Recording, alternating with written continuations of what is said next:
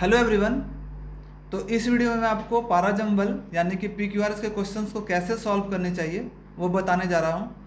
और इस वीडियो में आपको कुछ टिप्स एंड ट्रिक्स बताऊँगा जिसे अगर आप फॉलो करते हो तो मैं डेफिनेटली बोल सकता हूँ कि आपको पैराजंबल के क्वेश्चंस में दिक्कत नहीं आएगी और आप पैराजंबल के क्वेश्चंस को आसानी से कम टाइम में और ज़्यादा से ज़्यादा एक्यूरेसी के साथ आप बना सकते हो। पैराजंबल के क्वेश्चंस SSC सीजीएल प्री में भी पूछे जाते हैं और मेंस में तो बहुत ज़्यादा क्वेश्चन पूछे जाते हैं। 20 से 25 क्वेश्चंस मेंस के एग्जाम में पूछे जाते हैं। तो पैराजंबल एक बहुत इंपॉर्टेंट टॉपिक आपके लिए हो सकता है अगर आपको एक अच्छा स्कोर मेंस में लाना है तो। और प्री में भी 1-2 क्वेश्चन पूछे जाते ही हैं और ये कम से कम इसमें एफर्ट दे के आप ज़्यादा से ज़्यादा मार्क्स ला सकते हो। कुछ आपको टिप्स एंड ट्रिक्स को बस फॉलो करना होता है और ध्यान में रखना होता है और आपको इसमें अच्छे मार्क्स आ जाते हैं, ठीक है। लेकिन अगर आप कुछ चीज़ों को फॉलो नहीं करोगे तो ये बहुत ज़्यादा डिफ़िकल्ट आपके लिए टॉपिक हो सकता है। तो वही चीज़ें मैं आपको इस वीडियो में बताने जा रहा हूँ। तो इस वीडियो को आपको लास्ट तक ज़रूर देखना है, तभी आपको इस वीडियो से हेल्प मिल पाएगा। तो सबसे पहले जो भी इस चैनल पे नए हैं मैं उनको बता दूँ, मेरा नाम गोल्डन कुमार है और मेरा सिलेक्शन SSC सीजीएल 2016 और SSC सीजीएल 2017 में हुआ है और मैं अभी असिस्टेंट सेक्शन ऑफिसर के पोस्ट पे कार्यरत हूँ। और इस चैनल पे मैं जितने भी SSC सीजीएल के एस्पिरेंट हों, SSC CPO या फिर CHSL के एस्पिरेंट्स हों, उन सभी को मैं गाइड करता हूं ताकि वो भी अपने एग्ज़ाम को फर्स्ट अटेम्प्ट में और कम से कम टाइम में क्रैक कर पाएँ। तो अगर आप इस चैनल पर नए हो तो प्लीज़ इस चैनल को सब्सक्राइब कर लें और साथ में बेल आइकन को भी प्रेस कर लें ताकि आपको मेरे जितने भी वीडियोज़ हैं टाइम पर आपको मिल जाए। तो चलिए शुरू करते हैं। तो सबसे पहले पैराजंबल के बारे में जानते हैं कि पैराजंबल होता क्या है।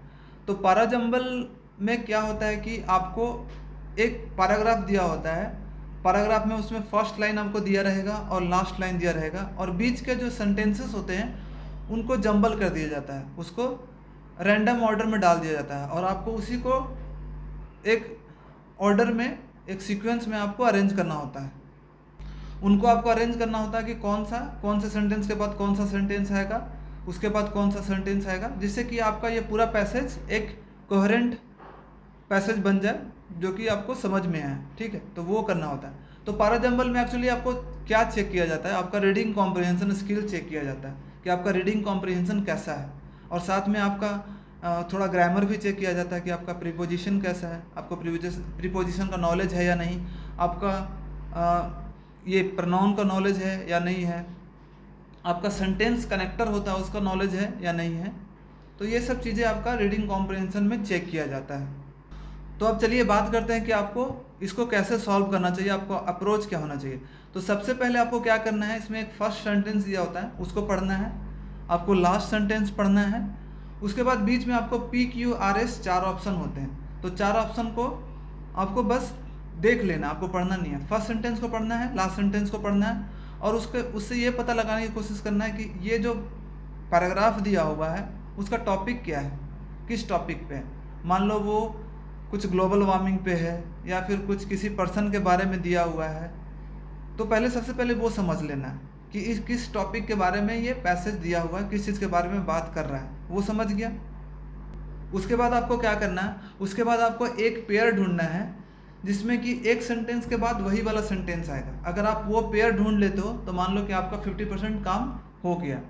फिर अगर आपने पेयर ढूंढ लिया कि P के बाद S ही आएगा, S ही फॉलो करेगा, आपको पता चल गया कि P के बाद S ही आएगा, अगर वो पता चल गया आपको तो डायरेक्टली आपको ऑप्शन में जाना है, देखना है कि P के बाद S किस में ऑप्शन में है। अगर सिर्फ एक में होगा तो टिक कर दो, वही आपका आंसर हो जाएगा। अगर 2-3 में हो गए तो आगे आपको और थोड़ा सा देखना पड़ेगा, ठीक है। तो आपको पेयर ढूंढना बहुत इंपॉर्टेंट है, आपको पेयर ढूंढना है। उसके बाद आपको क्या ध्यान में रखना है, आपको हमेशा सॉल्व करते समय क्रोनोलॉजी को ध्यान में रखना है कि कोई भी चीज़ें क्या होती है, सबसे पहले पास्ट की चीज़ें होती हैं, उसके बाद प्रेजेंट की चीज़ें होती है, उसके बाद फ्यूचर की चीज़ें होती है। तो अगर उसमें डेट मेंशन किया हुआ है, मान लो कि 1984 था तो 1984 के बाद 1995 है, उसके बाद 2010 है, तो हमेशा 84 वाली चीज़ें पहले होगा, उसके बाद 95 वाली चीज़ें होगी, उसके बाद 2010 वाली चीज़ें होगी। तो वो क्रोनोलॉजी देखना है। साथ में आपको ये भी देखना होता है कि जब भी कोई पैराग्राफ होता है तो उसमें क्या होता है, सबसे पहले इंट्रोडक्शन टाइप का होता है, फिर उसका बॉडी होता है पार्ट, उसके बारे में डिस्क्रिप्शंस होता है, उसके बाद लास्ट में कंक्लूजन होता है। तो ये वाली चीज़ें भी आपको फॉलो करनी है। जब भी आप पैराजंबल का क्वेश्चन फॉलो करते हो कि ये इसी सीक्वेंस में होना चाहिए। सबसे पहले कोई चीज़ों का इंट्रोडक्शन हो गया, उसके बाद उसके बारे में थोड़ा सा डिटेल में बताया कि क्या चीज़ें हैं ये, उसके बाद उसका कंक्लूजन कि हाँ इसके कारण ये हो रहा है, कॉज एंड इफेक्ट ये हो रहा है। उसके बाद आपको कुछ कुछ चीज़ें और देखनी होती है कि हमेशा एक प्रीपोजिशन देखना है। प्रीपोजिशन से भी कनेक्टेड होते हैं कभी कभी कि हाँ इसका प्रीपोजिशन यही लगेगा। मान लो कोई प्रीपोजिशन है, मान लो एंग्री है तो एंग्री के बाद विथ लगता है, तो एंग्री के बाद मान लो दूसरे सेंटेंस में विथ है तो उसके बाद वही होगा। आपको प्रोनाउन देखना पड़ता है।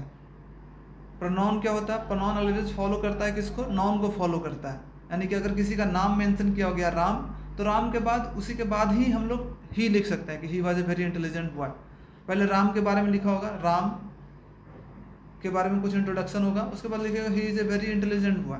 तो यानी कि पहले राम आएगा, उसके बाद उसका प्रोनाउन यूज़ होगा। तो ये सब चीज़ें आपको देखनी पड़ती है। उसके बाद अगर आप ये सब चीज़ों को ध्यान में दोगे तो आपका जो पैराजंबल के क्वेश्चन है आसानी से बनेंगे। चलिए अब कुछ हम एग्जाम्पल के साथ लेते हैं इन सब चीज़ों को। जो भी चीज़ें मैंने अभी आपको बताई वो सब चीज़ें एग्जाम्पल के साथ देखते हैं कि कैसे आपको इनको अप्रोच करना चाहिए, इन क्वेश्चंस को कैसे सॉल्व करना चाहिए, किस तरह से आपको इन क्वेश्चंस को सोचना चाहिए ताकि आप इसको जल्दी से जल्दी सॉल्व कर पाओ। ठीक है, तो चलिए अब कुछ क्वेश्चंस को सॉल्व करते हैं और जानते हैं कि आपका क्या अप्रोच होना चाहिए, मैं कैसे सॉल्व करता हूँ और आपको कैसे सॉल्व करना चाहिए ताकि आप मैक्सिमम क्वेश्चन को सही कर पाओ। तो ये कुछ क्वेश्चंस हैं जो कि मैं टेक्स्ट बुक वेबसाइट से सॉल्व कर रहा हूँ। वहाँ पे कुछ क्विजेस दिए हुए हैं तो वहीं से मैं सॉल्व कर रहा हूँ। तो ये एक पैराजंबल का क्वेश्चन है, जैसे कि आप देख सकते हो। इसमें क्या है कि सबसे पहले फर्स्ट लाइन दिया हुआ, फर्स्ट सेंटेंस दिया हुआ, लास्ट सेंटेंस भी दिया हुआ और बीच में कुछ सेंटेंसेस है PQRS जिसको रैंडमली डाल दिया गया, वो सीक्वेंस में नहीं है, तो इसको हमको सीक्वेंस में लाना है। ठीक है, तो सबसे पहले मैं पढ़ूंगा क्या, सबसे पहले मैं फर्स्ट लाइन पढ़ूंगा जो दिया हुआ, ये फिक्स है। Youths are assets and hope of a nation. तो यहाँ से पता चला कि यूथ के बारे में बात हो रही है कि यूथ क्या है, हमारे देश के लिए एक एसेट है, होप है नेशन के लिए। But equip with modern scientific knowledge. सिक्स समझ के कुछ समझ नहीं आता, तो फर्स्ट से हमें समझ में आ गया कि youths are assets and hopes of the nation. उसके बाद हम लोग ऑप्शन में जाएंगे। तो ऑप्शन में क्या क्या दिया हुआ है? पी से भी स्टार्ट हो रहा है, QRS मतलब सबसे स्टार्ट हो रहा है, कुछ से भी स्टार्ट हो सकता है, पी से भी स्टार्ट हो सकता है, क्यू से भी, आर से भी, एस से भी। तो हम लोग को ये फाइंड करना है कि इसके बाद कौन सा आएगा। ठीक है, तो youths are assets and hope of the nation in making India a great. ठीक है, अब हमको क्या करना है, चारों को पढ़ना है क्योंकि हमें ऑप्शन देख के ये पता नहीं चल रहा है कि कौन सा से स्टार्ट होगा, चारों से स्टार्ट होने का चांसेस हैं। अब हमको पढ़ना पड़ेगा। अब हमको क्या करना है, दूसरा स्टेप मैंने क्या बोला था कि आपको दो सेंटेंसेस का लिंक को ढूंढना है जो कि इस सेंटेंस के बाद वही सेंटेंस आएगा। Steeped in cold culture values, इससे भी नहीं। They can play a vital role in, देखो role in making India a great. तो हमें देखो इस सेंटेंस को पढ़ के पता चला कि they can play a vital role in making India a great. तो रोल के बाद इन आएगा, vital role in what, in making India a great. तो हमें पता चल गया कि आर के बाद पी ही फॉलो करेगा। तो अब हमको पता चल गया कि आर के बाद पी आएगा। तो हम डायरेक्ट आंसर में जाते हैं कि आर के बाद पी कौन सा ऑप्शन में आ रहा है।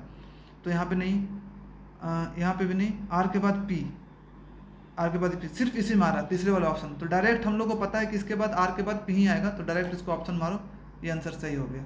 ठीक है, बाकी हम लोगों को पढ़ने की जरूरत ही नहीं है।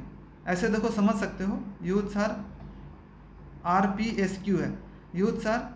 उसके बाद जब कुछ सॉल्व कर लेते हो क्वेश्चन तो आपको इसका सॉल्यूशन जरूर पढ़ना है, एक बार सॉल्यूशन जरूर देखना है कि ये सॉल्यूशन में कैसे कनेक्शन कैसे बनाया है ताकि आपको हेल्प मिल सके। आगे कुछ क्वेश्चन सॉल्व करो तो उसके लिए आपको हेल्प मिलेगा इसमें। तो ये तो तुम सॉल्व कर लिए, लेकिन यहाँ स्टार्टिंग में आपको इसका सॉल्यूशन जरूर पढ़ना है। तो देखो जैसे कि यहाँ से, और youths are the assets and hopes of the nation, they can, देखो दे लगा है, दे क्या होता है, एक प्रोनाउन है। प्रोनाउन किसके लिए यूज होता है, नाउन के लिए, तो यूथ्स के लिए यूज हुआ। यूथ्स बहुत सारे प्लूरल नंबर में है इसलिए दे यूज हुआ। ठीक है, they can play vital role in making India great, democratic, progressive and prosperous country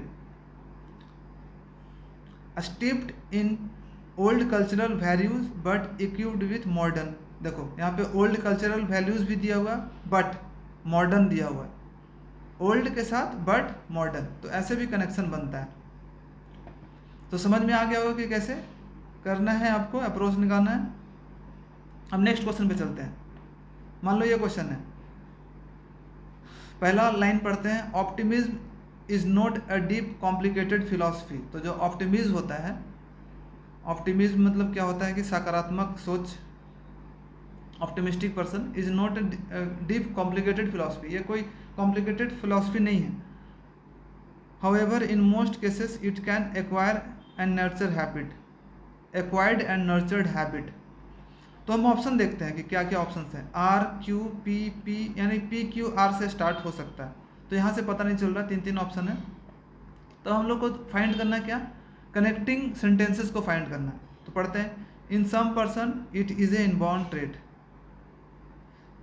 optimism दिया हुआ है, in fact it is always taking a positive and bright view of life, it is more of a general attitude of life, they are tuned the way by nature and temperament, they are tuned. तो they किसके लिए use हो रहा है, दे देखो persons के लिए use हो रहा होगा ना, यहाँ पे किसी चीज़ के लिए पर्सन के लिए यूज होता है, हमेशा नॉन के लिए यूज होता है। तो पर्सन इसके पहले क्या लगा, पी लगा इसमें, in some person it is a normal inborn trait, they are tuned that way by nature and temperament. तो देखो पर्सन्स है, उसके बाद दे आ रहा है, ठीक है। तो पी के बाद एस ही फॉलो करेगा, तो पी के बाद एस किस में फॉलो कर रहा है, पी के बाद इसमें भी फॉलो कर रहा है, इसमें भी फॉलो कर रहा है, इसमें भी फॉलो कर रहा है, इसमें भी फॉलो कर रहा है। तो हमको पता नहीं चल रहा है, 4 में ऑप्शन में आ रहा है, तो हमको अब कुछ और देखना पड़ेगा। Optimism is not a deep complicated philosophy, it is, देखो ऑप्टिमिज्म यूज हुआ, उसके बाद इट इज़, इट भी क्या है, एक प्रोनाउन है, किसके लिए यूज होता है, किसी चीज़ के लिए यूज होता है, इट ऑप्टिमिज्म के लिए यूज हुआ, it is more of a general attitude of life. तो इसके बाद आर आने का चांसेस है, फर्स्ट ऑप्शन ये आएगा, आर आएगा, आर आएगा, ठीक है, आर आएगा सबसे पहले। तो R Q P S, R किसी और में आ रहा है, नहीं आ रहा है,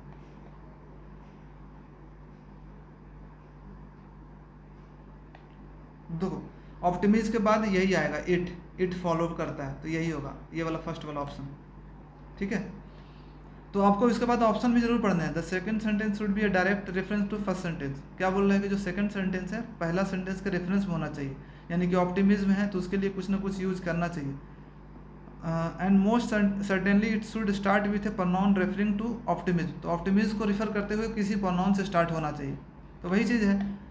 ऑप्टिमिज्म के बाद it is more of a general attitude of life, it is not, उसके बाद इट इज़, तो पता चल रहा है साफ साफ किसके बाद यही होगा। तो यहाँ पे जैसे ही मिलेगा ऑप्शन मार के आगे बढ़ो। उसके बाद नेक्स्ट चलते हैं, porcelain become popular at beginning of 19th century. अब हमें पता नहीं है कि प्रोक्लेन क्या होता है, लेकिन कुछ कोई एक नॉन ही है, कोई सब सामान ही होगा, कोई वस्तु होगा, कोई थिंग होगा, उसके बारे में बोल रहा है कि पॉपुलर कब हुआ, 19th सेंचुरी में। अब हम लोग को ऑप्शन देखना है, पी क्यू आर, सब पी क्यू आर एस किसी से भी स्टार्ट हो सकता है, तो इससे नहीं पता चल रहा है, तो हम लोग को देखना पड़ेगा। अब हमें देखना पड़ेगा इसमें से 2 connecting link, in a kiln at more than 3072 degree Fahrenheit, in a kiln at more then, यानी कि बोल रहा है कि इसको कुछ डिग्री सेल्सियस ज़्यादा पे कुछ डिग्री सेल्सियस बोल रहा है। Refer to both china and bisque dolls, porcelain is made by firing a special clays. देखो यहाँ पे देखो प्रोक्लीन को कैसे बनाया जाता है, porcelain is made by firing special clay in a kiln at more than 2372 degree Fahrenheit. तो यहाँ से पता चल रहा है कि आर के बाद पी आना चाहिए। कैसे, कि उसको कैसे बनाया जाता है, इसको फायरिंग किया जाता है, जिसको आग लगाया जाता है, मतलब जलाया जाता है, टेम्परेचर दिया जाता है, special clay in a kiln at more then इतना। तो इसके बाद आर के बाद पी ही फॉलो करना चाहिए। तो आर के बाद पी देखते हैं डायरेक्ट किस में फॉलो करता है। तो आर के बाद पी, यहाँ पे नहीं फॉलो कर रहा है, यहाँ पे भी नहीं फॉलो कर रहा है, यहाँ पे भी नहीं फॉलो। आर के जस्ट बाद पी चौथा ऑप्शन आ रहा है, डायरेक्ट यहाँ पे मारेंगे, आंसर सही हो गया और कुछ पढ़ने की ज़रूरत ही नहीं है। उसके बाद human behaviours are regulated by their क्या ऑप्शन, अलग अलग ऑप्शन है, चलो ठीक है। इसके बाद पढ़ते हैं a person working pattern as well as living style. A person's their के बाद ए तो नहीं आएगा, regulated by their real self and social self, full stop, between भी नहीं आएगा। Work done is the self portrait, human behaviour is regulated by their real self and social self, या फिर कॉन्फ्लिक्ट। देखो यहाँ पे रीडिंग कॉम्प्रिहेंशन जिसका अच्छा होगा डायरेक्ट पहले के बाद एस आएगा, स्टार्टिंग में हम डायरेक्ट एस को मार देंगे। मुझे पता है कि इसके बाद regulated by their real self and behaviour जो होता है real self and social self से रेगुलेट होता है, डायरेक्ट एस मारूंगा, मेरा आंसर सही होगा, क्योंकि और किसी से स्टार्ट होने वाला है ही नहीं वो सेंटेंस, ठीक है। तो देखा फर्स्ट ऑप्शन मारा, ये मेरा सही हो गया। उसके बाद कॉन्फ्लिक्ट बिटवीन, देखो यहाँ पे एक और चीज़ ऑप्शन देख सकते थे कि कॉन्फ्लिक्ट होता है तो between these selfs has an adverse effect. देखो selfs, self, real self, social self, और कॉन्फ्लिक्ट बिटवीन। कॉन्फ्लिक्ट क्या होता है, झगड़ा होता है दो लोगों के बीच में होता है, बिटवीन दीज सेल्फ एंड, तो एस के बाद क्यू आएगा, तो एस के बाद और कहाँ पे क्यू आ रहा है, एस के बाद कहीं पे क्यू नहीं आ रहा है, यहीं पे आ रहा था ऑप्शन, तो ऐसे भी हम देख सकते थे, ठीक है। उसके बाद Plato's Republic has exercise tremendous influence. तो प्लेटोज का जो रिपब्लिक है, मुझे समझ में नहीं आ रहा कि क्या सेंटेंस है, लेकिन बस इतना समझ रहा कि प्लेटो को है पर्सन, उसका जो रिपब्लिक है एक्सरसाइज ट्रेमेंडस इन्फ्लुएंस। इन्फ्लुएंस के बाद क्या लगेगा, on human thoughts and intelligence, ये पता चला। He states that statesman should integrity because be a man. देखो इन्फ्लुएंस के बाद on human, exercise tremendous influence किस पे किया, on human thoughts and intelligence, तो हमें पता है कि क्यू ही स्टार्ट होगा, तो क्यू से स्टार्ट होने वाला सिर्फ ये, डायरेक्ट मैं मार दूंगा, आंसर हो जाएगा सही। तो थोड़ा सा रीडिंग स्किल अगर सही होगा तो ये डायरेक्ट आंसर हो सकता है। उसके बाद आगे चलते हैं, we frisked about cheerfully over a path that led to a guava orchard. Orchard मतलब होता है कि बगीचा होता है, जैसा होता है। फ्रिस्क मतलब होता है कि चुपके चुपके जाना। About cheerfully over a path that led to, वहाँ पे मतलब कि हम लोग, कोई बात कर रहा है कि हम लोग किसी गुआवा के ये गए थे, ऑर्चर्ड में, बगीचे में गए थे। There was a mud wall around it, तो ऑर्चर्ड में गया, तो उसके बाद क्या लगना चाहिए, उसके बाद क्या सेंटेंस आना चाहिए, I smacked my lips, Ajit also followed him without a second thought, Suresh was the first one to leap over the wall to get the guava. देखो वॉल का डिस्कशन हो रहा है, तो देयर वॉज ए, सबसे पहले क्या होगा, there was a mud wall, उसी के बाद ये वाला वॉल आना चाहिए, ठीक है। There was a mud wall around it, it मतलब क्या डिस्कस कर रहा है, ऑर्चर्ड के बारे में डिस्कस कर रहा है, ऑर्चर्ड को डिनोट कर रहा है, ठीक है। ऑर्चर्ड मतलब बगीचे को, कि एक उसके चारों तरफ क्या था, एक मड वॉल था, मतलब कि मिट्टी का ये था, बाउंड्री था या फिर दीवार था, तो इसके बाद पी ही स्टार्ट होना चाहिए। There was a mud wall around it and Sanesh was the first one to leap over the wall to get the guava, Ajit also followed him without second thought, और उसके बाद अजीत उसके बाद उसको फॉलो किया, and I smacked my lift and sight of the luscious green guava in the orchard, however I was scared that the watchman will catch us. However देखो आई के बाद आई लगा है, आई स्मैक्ड, आई, तो हमको पता चल रहा है कि पहले पी आएगा, उसके बाद एस आएगा, ऐसे। तो पी किस में स्टार्ट होगा, डायरेक्ट हमको देखो पी एस, हाँ दो में पी और एस आ रहा है, तो पी के बाद एस आएगा, एस के बाद अजीत, उसके बाद फॉलो किया सुरेश को, और उसके बाद आई, तो P S are Q, P S are Q, ये आंसर होगा। तो ये मेरा अप्रोच था, मैंने कुछ क्वेश्चंस को आपको सॉल्व करके बताया कि मेरा क्या अप्रोच होता है। तो आपको इसी अप्रोच में आपको पैराजंबल के क्वेश्चंस को सॉल्व करनी चाहिए। सबसे पहले आपको फर्स्ट लाइन पढ़ना चाहिए, उसके बाद ऑप्शन में जाना चाहिए कि ऑप्शन में क्या क्या दिया हुआ, ऑप्शन से ना पता चले कुछ भी तो आपको फिर से सारे चीज़ को पढ़ना चाहिए। और सबसे ज़्यादा इंपॉर्टेंट होना चाहिए आपको दो सेंटेंस के बीच का लिंक ढूंढना है। अगर 2 सेंटेंसेस का बीच का लिंक मिल गया और आपको ऑप्शन में वो मिल जाए तो आपको उसको डायरेक्ट टिक कर देना है, ठीक है। और साथ में मैं आपको और कुछ बताना चाहता हूँ कि जो पैराजम्बल है, जैसे जैसे आप रीडिंग कॉम्प्रिहेंशन करते हो, आप अपने रीडिंग कॉम्प्रिहेंशन में इम्प्रूव करते हो, रीडिंग डालते हो, तो आपका जो पैराजम्बल है वो भी इम्प्रूव होता जाएगा धीरे धीरे करके। और साथ में जब भी आप पैराजम्बल के क्वेश्चन को प्रैक्टिस करो तो आपका अगर पैराजम्बल सही भी हो जाता है तो आप एक बार ज़रूर एक्सप्लेनेशन ज़रूर देखना कि जो आंसर दिया हुआ वो किस टाइप में दिया हुआ है, उसमें क्या क्या लिंक उन्होंने जोड़ा है, उससे आपको थोड़ा सा नॉलेज मिलेगा, ज़्यादा इन्फॉर्मेशन मिलेगा, ठीक है। वही चीज़ें आपको बाद दूसरे वाले क्वेश्चंस में आपको हेल्प कर सकती है। तो ये ज़रूर करना, आप इसी अप्रोच में आपको सॉल्व करना है। अगर आप इस अप्रोच में सॉल्व करते हो तो बहुत सारे आपके क्वेश्चन सही होंगे। तो आई होप आपको इस वीडियो से कुछ ना कुछ हेल्प ज़रूर मिला होगा, कुछ ना कुछ नॉलेज ज़रूर मिला होगा। तो अगर आपको ये वीडियो अच्छा लगा हो तो प्लीज़ इसको लाइक एंड सब्सक्राइब कर दें, इसी से मुझे मोटिवेशन मिलता है ताकि मैं आपके लिए और ज़्यादा से ज़्यादा वीडियोस ऐसा लाता रहूँ, ज़्यादा से ज़्यादा टिप्स एंड ट्रिक्स लाता रहूँ ताकि आपको आपके प्रिपरेशन में हेल्प हो सके। तो thank you so much for watching this video. जल्दी ही मिलते हैं एक नए वीडियो के साथ और एक नए मोटिवेशन के साथ। जय हिंद।